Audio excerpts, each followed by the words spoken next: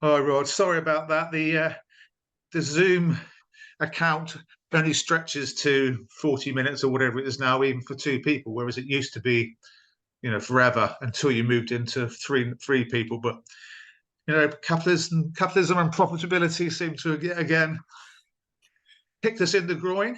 Yeah, it's got the better of us. We, Yeah. but we got guillotined a little bit at the end of that. But we're now going to move on to towards the end of it now. The issue of renewables and how humanity is responding to the perceived climate crisis, Yeah. and some of the issues around that. Over to you, Rod. Yeah, sure. Okay. So, in fact, this sort of gets to the heart of the matter in terms of policy decisions, because there's a great deal of uncertainty over the things that I was just talking about in terms of what the future holds for the climate and so on. And so, even if you assumed that the mainstream narrative was correct and that there is global warming, and let's assume it's caused by humans using coal, oil, and gas primarily, which emits CO2. And so, what are the solutions? And the solutions that are proposed tend to be called renewable or sustainable energy. And so, primarily, that tends to mean wind farms, and it means solar panels. Now, we have to look at the sort of terminology a bit carefully here. So the sun, in human lifetimes, the sun will continue to shine forever, basically. I mean, eventually, in the lifetime of the universe, it will change. But in human lifetimes, the sun is there forever, and probably the wind on Earth is there essentially indefinitely as well. So they are sustainable energy systems. However, the mechanisms that enable us to tap into that energy are not quite as sustainable or eco-friendly as is generally assumed. So in order to get, and the thing about coal, oil, and gas is the energy in them is very dense. There's a lot of energy in a tank of petrol, whereas the wind and the solar energy is very dispersed. So to tap into it, we either need very, very large areas of solar panels, I mean, enormous areas of solar panels, or we need lots and lots of very large wind farms. But these technologies are not simply a case of build them once and then they're there forever. In fact, they wear out. So the life expectancy at the moment is considered to be of the order of approximately 20 years. That might get better, but in many cases, sometimes it turns out to be worse. And then we have to replace the solar panels or replace the wind turbines with whatever seems to be the best idea in 20 years' time. So in order to make them, particularly for the solar panels, we need enormous quantities of resources that have to be mined. Now, the existing process of mining is incredibly dirty. It poisons the earth, the air, and the water, often for hundreds or thousands of miles downstream in some of the poorest cases, but it also involves highly exploitative labor practices, often child labor, sometimes something close to slave labor. And what people who want to pursue wind and solar as these wonderful solutions to the future is rolling these out on an enormous scale, which will mean an increase in mining of a huge scale too. So we have to look at the practices that go with how we extract those and what we're going to do about them, and the fact that they're highly polluting and so on. But if you have a lifespan of, say, 20 years, and then you have to dig out the same resources from the ground all over again, then actually what you're going to end up with is highly damaging to the planet and the environment and so on. So in fact, this was picked up on by Michael Moore, the famous filmmaker, a few years ago, who participated in producing the film Planet of the Humans. So Michael Moore and his colleagues are all very experienced eco-campaigners. You know, they've been interested in this stuff for many years, trying to say, you know, let's bring about change to the way we do things. But they're starting to question these solutions, realizing that actually they're not living up to the hype, that they don't produce as much energy as people initially claimed, and the scale that we require is far beyond anything that we've demonstrated we might be able to achieve with existing resources. And then they have one final problem, which is that both wind and solar are intermittent. That means the sun doesn't always shine, it gets hidden behind clouds, it's not there at night, and the wind doesn't always blow. And so some of the time, in fact, much of the time in some locations, you need some sort of backup. That means you either need energy storage, which it could be batteries, but there are other possible options being discussed, or you need something that is a more reliable energy source, which might be gas as a backup. And so all of this has to be taken into account when working out the costings for these energy sources. And in fact, one idea that some people were putting forward was, hey, we don't need those backups. We just need to build more wind and solar than we would normally expect to need. And when asked how much do you have to build, they said, well, 5 times as much. And that guarantees that you'll always have enough energy being produced somewhere on Earth. And then you need a massive system connected to transmit the energy from place to place. Well, that would cost a huge amount of money if you've got to produce 5 times as many solar panels and wind farms and so on. So the point is not to say that I have a magic wand and I know what the solutions are. What I'm doing is saying that the existing solutions that are being proposed, from all the research that I've seen, doesn't scale to the extent that we require with existing technologies. Now, we might come up with better ideas in the future. One hopes we do. But for the time being, there are big question marks. And so if you look at the amount of oil, gas, and coal that has been used in recent years, it's actually increasing, even though we have built quite a lot of solar panels and quite a lot of wind farms. That isn't actually replacing any of the existing energy systems. It's actually just filling in part of the extra that the Earth is using as developing countries become first world countries. So far, it's not scaling in the way that we require to be a successful replacement to the existing energy sources. So that might be a good question to have a sort of a little Q&A before winding up. Absolutely. In terms of the meeting of the resources that are required, I guess we all also have to remember that since 1950, the population of the planet is effectively doubled. So demand is effectively doubled. Yeah. So it's almost impossible for fossil fuels to keep up, let alone renewables to meet that demand. Absolutely.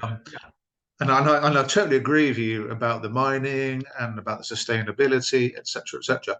It's just that we also have to build in those indices, don't we? The population growth at the moment is frightening. Yes, it is. From the point of view of supply and demand and the access to natural resources or the access to sustainables, the country is severely overpopulated.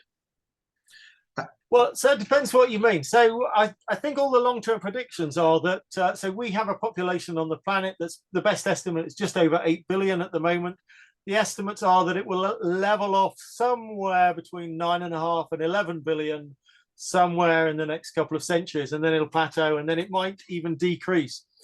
So there's a large degree of uncertainty with those predictions, but there does seem to be this general pattern with populations and as nations become first world, that families have fewer children and so on. So it seems highly likely that we'll sort of hit a steady state, if you like, in terms of population for a while. So then you can do the calculations on how much energy we need. But it's a very big population to provide enough energy with renewable energy sources. I guess also that if we're going to make that transition, as some people predicting, to AI, and actually we're going to be replaced, a lot of the workplace, we're going to be replaced by robots, you know, that they are going to need to come up with a solution to the fact that human beings, even though they might not be reproducing as much, they're going to be doing less and less and less.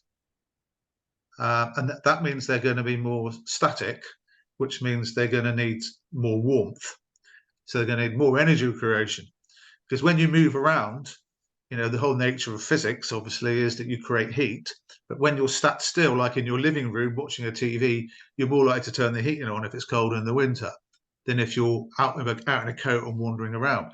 And if you take that globally, in terms of the essence of the argument, we are still going to be generating huge amounts of heat because people are doing less. I think there's a complex set of arguments in terms of how much heat we need to generate if people are doing less, simply because of concepts like insulation and so on. But again, that's one of those topics that we would need a separate presentation to do a bit of research and so on. So I think probably but what that does point out, Rod, is that there's so many unknowables. Absolutely, yeah, there are loads and loads. Not just in terms of environmental science, across the whole spectrum. It's just silly to be trying to predict the future, because we can't even manage the present. So this is one of the problems, which is one of the reasons why. So this next section is about saying, why are we rushing towards what politicians are calling net zero? So the idea is that our emissions are matched by the amount of energy, the amount of CO2, sorry, that we can extract from the atmosphere, and therefore the net effect is that we haven't increased the CO2. So the technologies to extract CO2 from the atmosphere really haven't been applied successfully on a large scale yet. So what that's saying is we have to decrease our CO2 emissions as close to zero as possible. So we're rushing to do that when we need to question why we are rushing. So let's just take a simple example. So some of your viewers will be aware that the European Union a year ago introduced a law saying they're going to eliminate petrol cars. I think it was by the year 2035. So everyone who wanted a car would have to move to electric cars, or perhaps one or two other new technologies like hydrogen. Well, this year they have rescinded that law and said, oh, actually, we've realized that if we move the whole car system onto electric and simultaneously we make less electricity by closing down nuclear power plants, then there isn't going to be enough electricity. It cannot work. And so they backtracked on what they introduced a year ago because they hadn't thought the policies through. And my sort of worry is that the solutions that we're proposing at the moment have really not been thought through, and we're rushing them through very, very quickly. So if we look at how every advanced nation became a first world nation, they all required fossil fuels to become a first world nation. We don't yet know if any nation will be able to become a first world nation without fossil fuels. So there are various researchers who are suggesting that the greatest threat that we face is to actually attempt to do the transition too quickly, because the harms of doing the transition too quickly, some of them will be unknown, but we already saw issues because of our sanctions on Russia, where we're not getting cheap energy from Russia. And suddenly we've seen increased energy prices. Now, the energy prices weren't only caused by the sanctions on Russia. They were also caused by energy companies realizing that when there might be a brief shortage, that is a great opportunity to manipulate the market and exploit your customers by raising prices unnecessarily. So there's a lot of manipulation going on by powerful players. But there are always powerful players looking to take advantage of a situation and so on. So there are great dangers if we try to do this transition too quickly, that energy costs will change in a way that ordinary people, and that's in advanced nations as well as poor countries, cannot afford energy. And so the poorest people, the elderly, will have to make a decision. Do they buy food or do they pay their energy bill and things like this? And in poor countries, the effects will probably be much, much more serious if we try to rush through this energy transition. So various researchers have suggested, actually, if you look at the scale of change required to bring about the transition that is being discussed, so we're basically talking about the wholesale elimination of coal, oil, and gas at some point in the future, not in the not too distant future.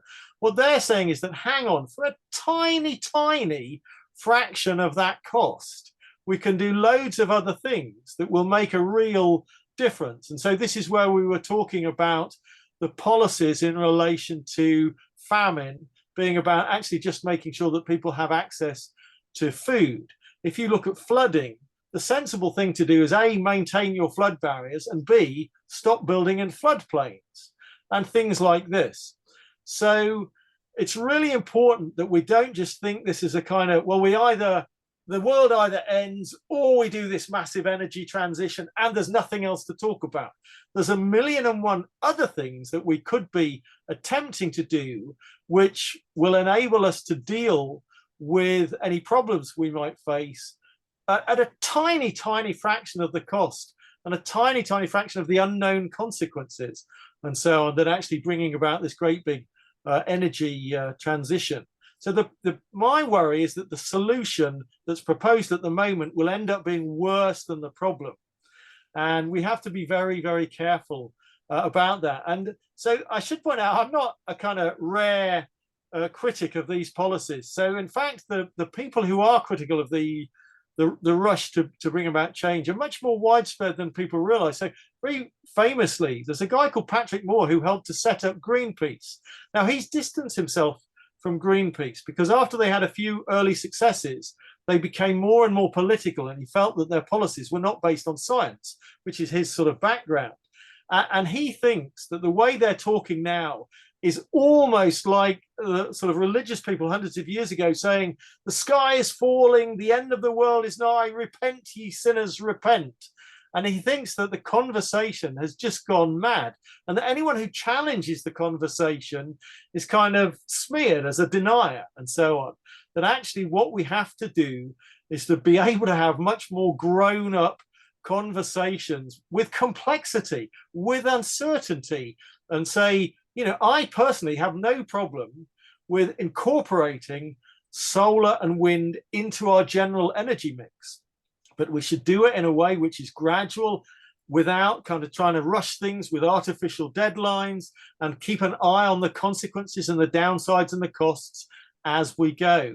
To me, that would be a much more sensible approach than saying, here's this artificial deadline of 2030 or 2035, or the world comes to an end. I just don't see that as a likely outcome. I don't think it's a workable way to go about bringing about the changes we require.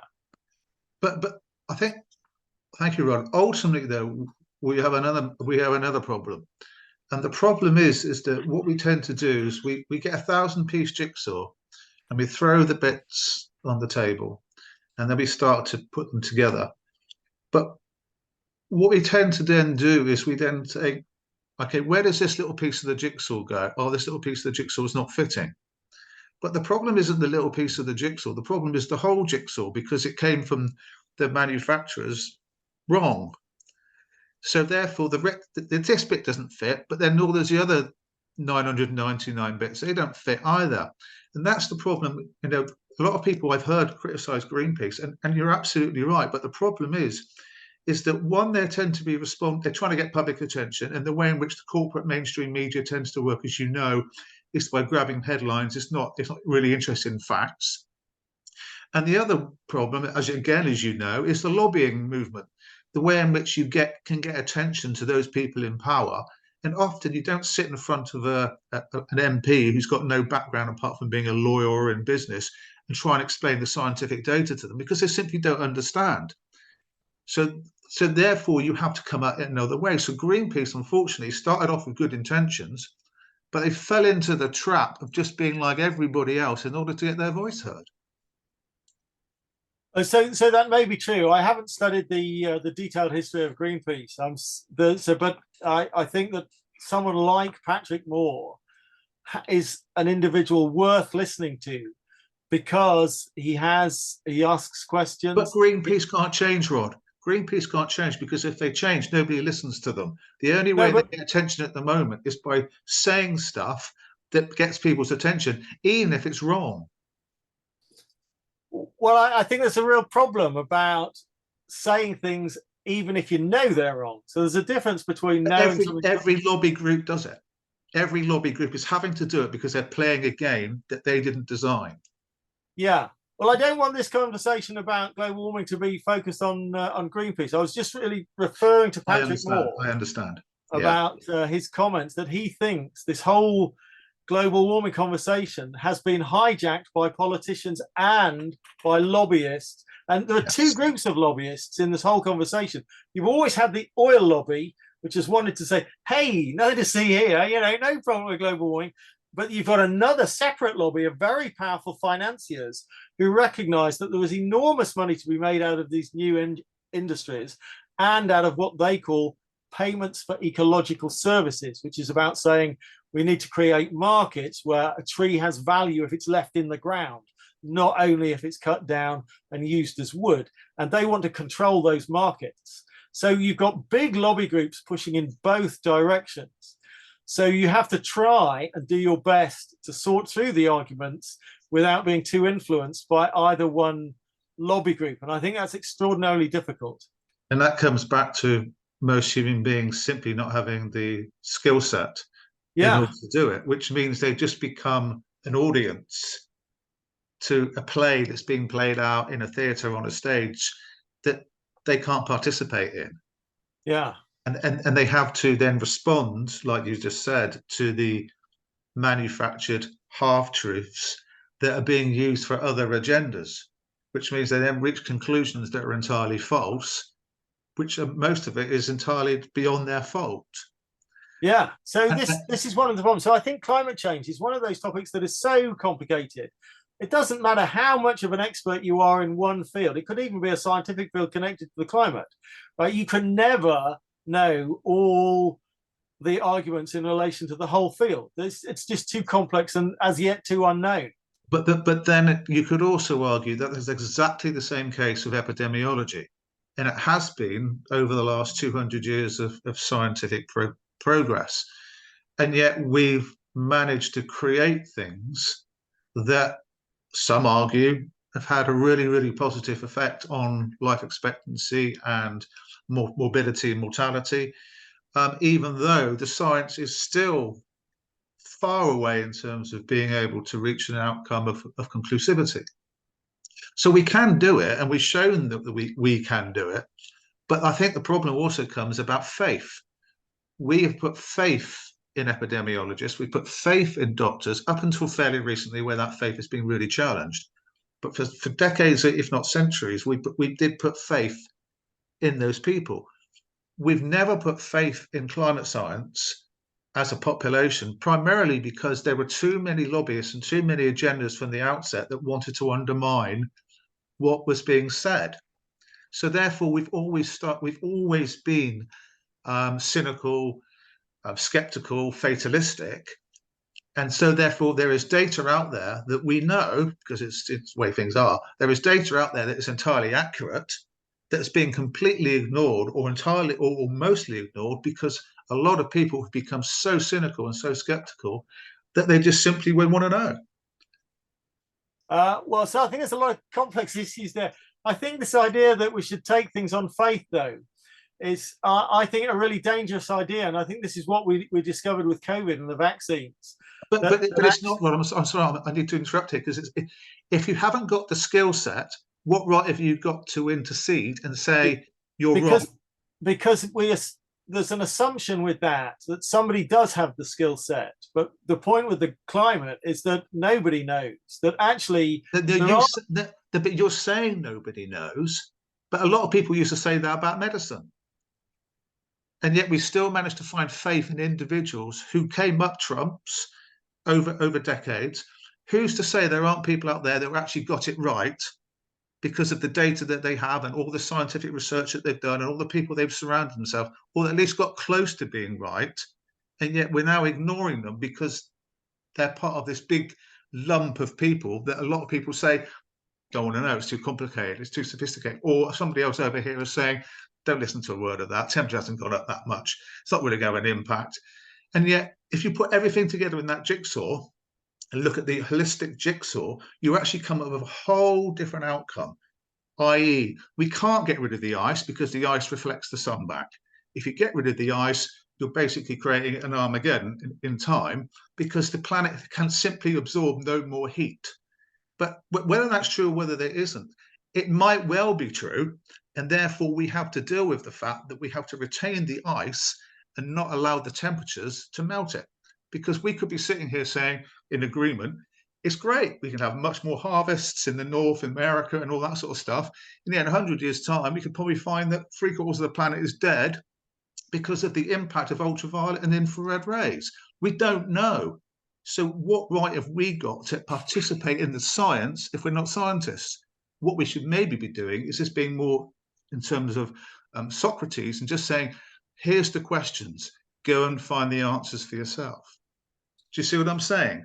Because climate has become such a debate, and nobody must believe they're right unless they can back it up 100% with the data. So I think I would come from a different point of view.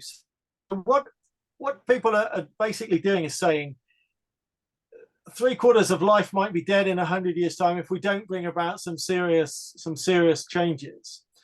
But that's a bit like, to me, that's a more moderate version of saying that one day we might get hit by an asteroid that's going to wipe out all life, and therefore we need to put 1 trillion nuclear missiles in outer space pointing outwards. No, it's not. It's absolutely not. It's absolutely not, because we know from scientific research going back hundreds of thousands of millions of years in terms of the way in which we've done our calculations, that the role of ice on this planet is invaluable. And so, therefore, the temperatures rising and removing the ice will completely kick the way in which nature has evolved over billions of years into touch. It will suddenly have to adapt in a very, very short space of time, and it probably won't be able to. Well, if we want to have a conversation about the role of ice, then we'd have to have a much more detailed conversation and do a lot of research beforehand. But from what I've seen,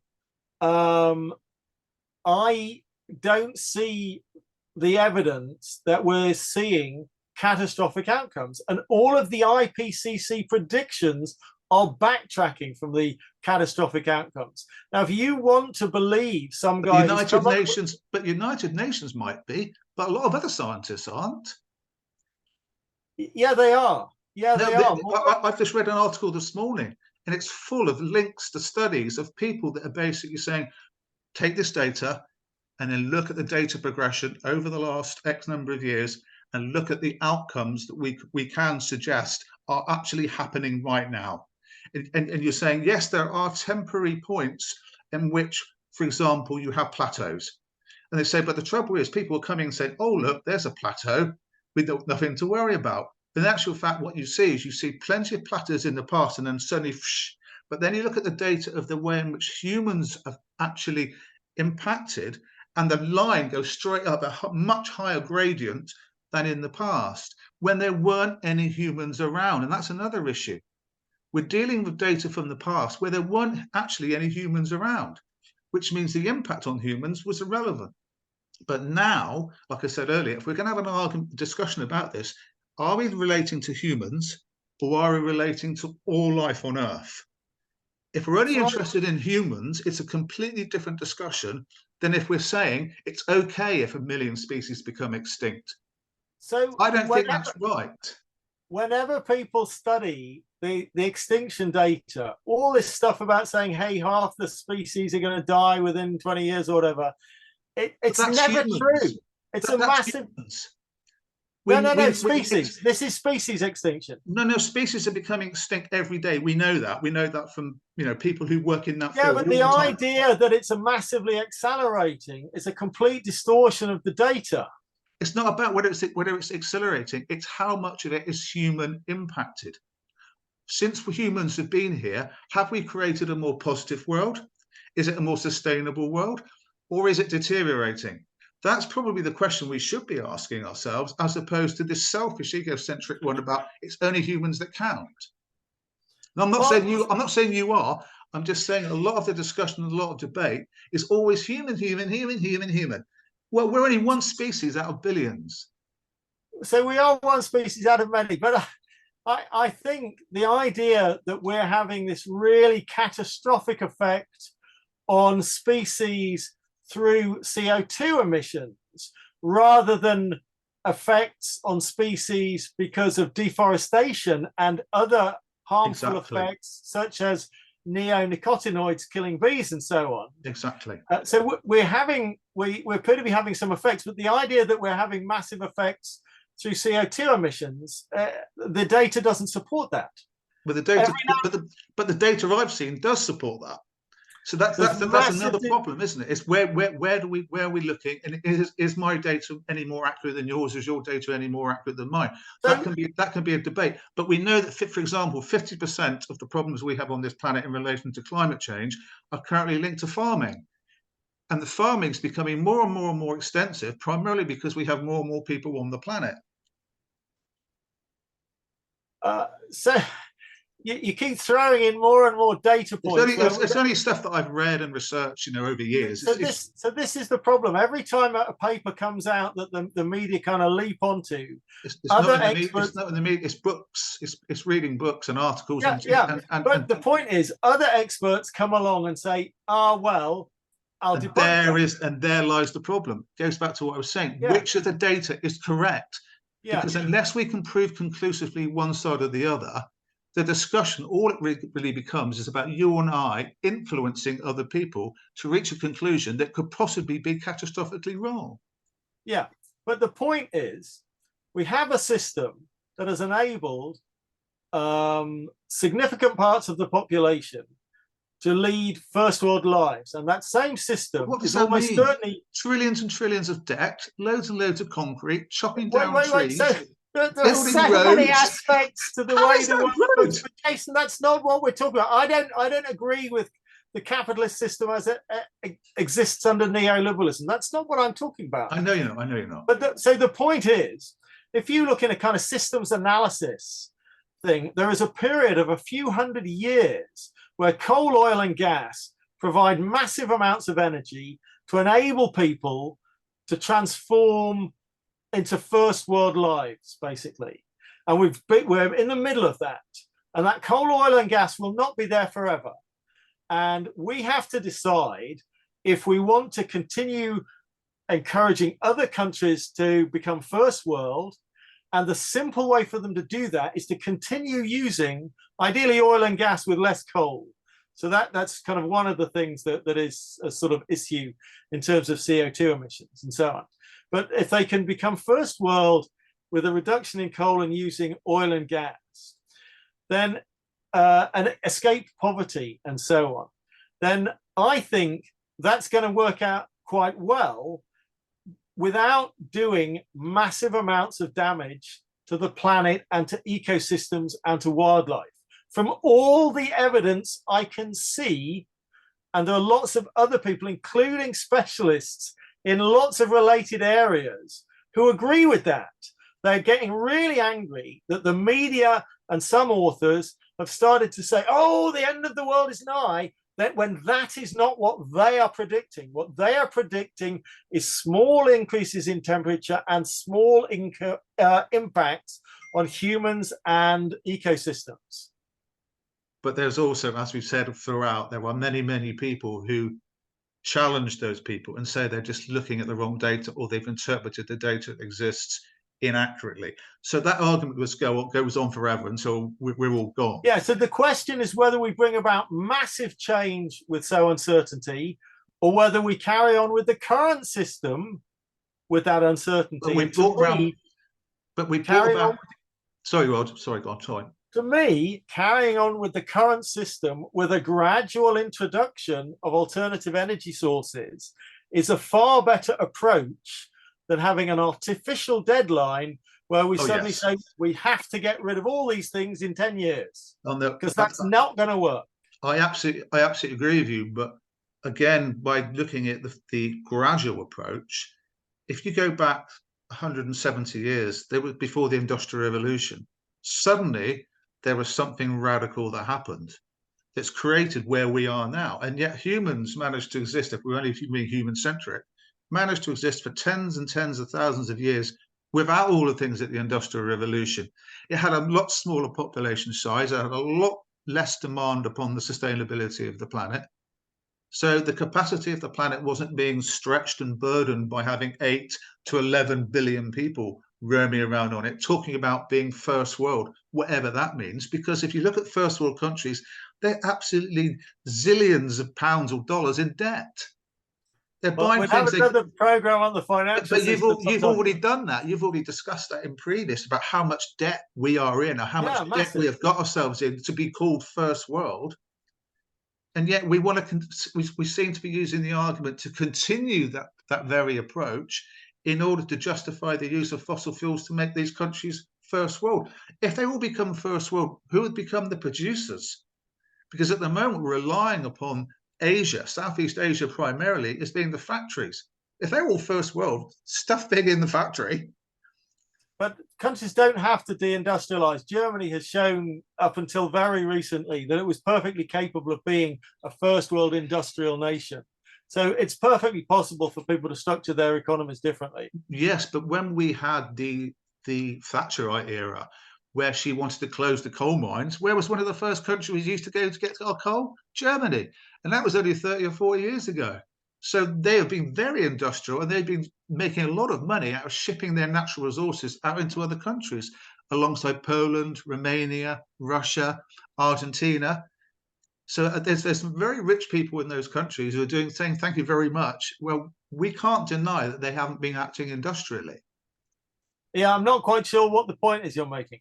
I'm making the point is that Germany has been extremely industrial. It's required huge amounts of labour to come in from North Africa and Turkey and places in order to sustain that economy. It's making these loud noises about, yes, getting rid of nuclear power. So where's it getting its energy from? Especially at the moment where it's just had this massive issue with the underwater pipeline into Russia, and everything in Germany is supposed to become catastrophic. Everything seems to be waiting for the next tremor, if you like, the earthquake tremor. And then once the tremor happens, everybody changes directions. Oh, we need to reinforce this. We need to do that. We need to borrow from there. We've got to stop thinking like that. We've got to start thinking like we are hugely rational beings, that we have the skill sets and we can get together and plan together what is best for the planet, not just what is best for us. Because if you talk to an ant or a beetle or a giraffe or an elephant, they don't give a stuff about first world nations. That's just language that humans use. So when we become extinct, the carnage that we leave, I mean, I often think about it. Look at all the towns and the cities and things that we've built. Let's assume that humans suddenly become extinct. They leave all that shit behind. At least you can say with every other species, they don't leave any shit behind. Yeah. So, I think when humans become extinct, the Earth will do just fine. Oh, the Earth will do just fine, but it'll be still full of pointless cathedrals and houses of parliaments and White House and all these billions of houses. It'll still be left with that made up artificial things. It won't be natural. So I'm for us to say sure the Earth nature will overcome it in no time at all. but to say the Earth will be just fine is just a human response. I think the point I'm making is, Rod, is that climate change, as we've seen with our discussion today, is a very controversial, very massive issue, but it depends upon, from a very early age, humans being educated to understand the argument